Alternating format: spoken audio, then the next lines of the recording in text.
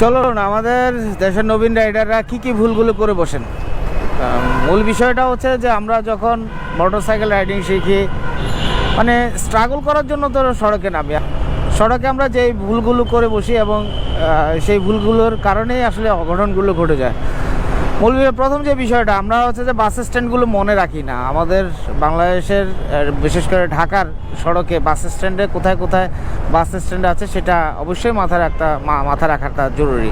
কারণ হচ্ছে যে এই যে একটা বাস স্ট্যান্ড, আমি ডান পাশ দিয়ে না গিয়ে যদি আমি বাম পাশ দিয়ে যদি আস্তে আস্তে যেতে থাকি, তাহলে এক্ষেত্রে দেখছেন এই যে উল্টা পাশ থেকে গাড়ি আসতেছে বা বাহন আসতেছে, বা বাস থেকে যাত্রী ওঠানামা করে বাস চাপিয়ে, তো সেই ক্ষেত্রে হচ্ছে যে রাস্তার উপরে আপনার যাত্রী আপনার গাড়ির উপরে পড়তে পারে বা অঘটন একটা ঘটে যাওয়ার সম্ভাবনা। তো এই জন্য হচ্ছে যে কখনও বাস স্ট্যান্ড যদি আপনার সামনে আসে, তো সেক্ষেত্রে আপনি যেটা করবেন, বাম পাশ দিয়ে নয়, আপনি ডান পাশ দিয়ে ওভারটেক করুন।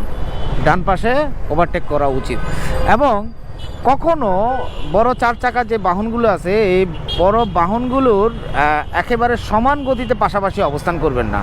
যদি সমান গতিতে পাশাপাশি অবস্থান করেন, তো সেক্ষেত্রে আপনার যে ভুলটা হয়ে যেতে পারে যে আপনি ওই বাহনটার ব্লাইন্ড স্পটে দীর্ঘক্ষণ অবস্থান করার কারণে ওই বাহনটা যখন লেন চেঞ্জ করবে বা টার্ন নিবে, তো যেমন ধরেন এই পজিশনে যদি আমি থাকি, দীর্ঘক্ষণ যদি অবস্থান করি, তাহলে দুর্ঘটনা ঘটার সম্ভাবনা থাকবে। কারণ চালক আপনাকে দেখছে না, যার কারণে সে আপনার কথা ভুলে যেতে পারে। তো এই জন্য আপনাকে অলওয়েজ প্রোঅ্যাক্টিভ থাকতে হবে। প্রোঅ্যাক্টিভটা কি, আপনি একটু মুভ দিয়ে, আমি আপনাকে বলবো না যে অ্যাগ্রেসিভ রাইড করুন বা স্পিডিং করুন, একটু মুভ দিয়ে সামনে ডানে বা বামে চলে যাবেন।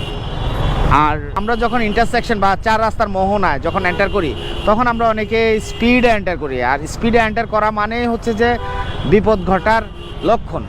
আপনি চার রাস্তার মোড়গুলোতে বা ইন্টারসেকশনগুলোতে শুধুমাত্র আপনি সামনে পেছনে গাড়িগুলোর সাথে ডিল করবেন না, আপনি ডানে বামে বা যে কোনো দিক থেকে আপনার যে কোনো বাহনের সাথে আপনাকে ডিল করতে হবে। এই জন্য আপনাকে ওই যে বললাম, অলওয়েজ প্রোঅ্যাক্টিভ থাকতে হবে। আর প্রোঅ্যাক্টিভ থাকার একমাত্র উপায় হচ্ছে ইন্টারসেকশনে যখন এন্টার করবেন, তখন অবশ্যই আপনার স্পিডটাকে স্লো করে নেবেন।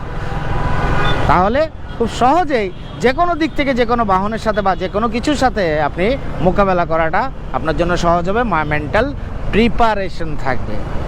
এই হচ্ছে মূল বিষয়টা। আর পাশাপাশি অবস্থান করার সময় আরেকটা ভুল করে থাকি, আমরা গাড়ির বডির দিকে, হোল বডির দিকে আমরা তাকায় থাকি। আর হোল বডির দিকে তাকানো মানে কি, আপনি গাড়ির গতিবিধিটা কিন্তু বডির দিকে তাকায় বুঝতে পারবেন না। এই জন্য আপনি যদি আর্লিয়েস্ট কোনো যদি সিগন্যাল পেতে চান গাড়ির গতিবিধি সম্পর্কে, তাহলে আপনি চলার সময় অবশ্যই গাড়ির সামনের চাকার, মানে চার চাকার বাহনগুলোর সামনের চাকার দিকে আপনি খেয়াল করুন।